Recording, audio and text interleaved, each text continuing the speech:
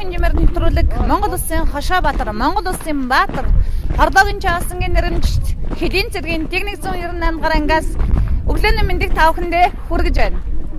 Би цэрэг тэрэг өөрийн хүсэл уул над юу ирээгүй, зарлан дуудах хуц ирээгүй.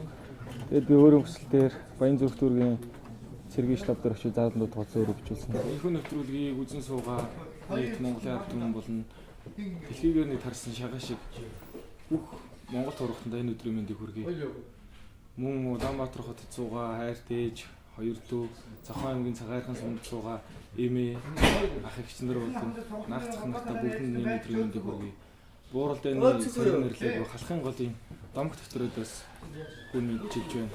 Хүн албаа сайн авч байгаа. Энэхүү их төв хэмжээгээр нэвтрүүлэх 16800 км явахад миний биеэс цог явсан байгаа. Төв аймгийн Замар сум, Булгай аймаг, Сэлинг, Өвөр хангаар гихчлэн олон археологийн багуудаар явж олон нэвтрүүлэг бэлтгэсэн.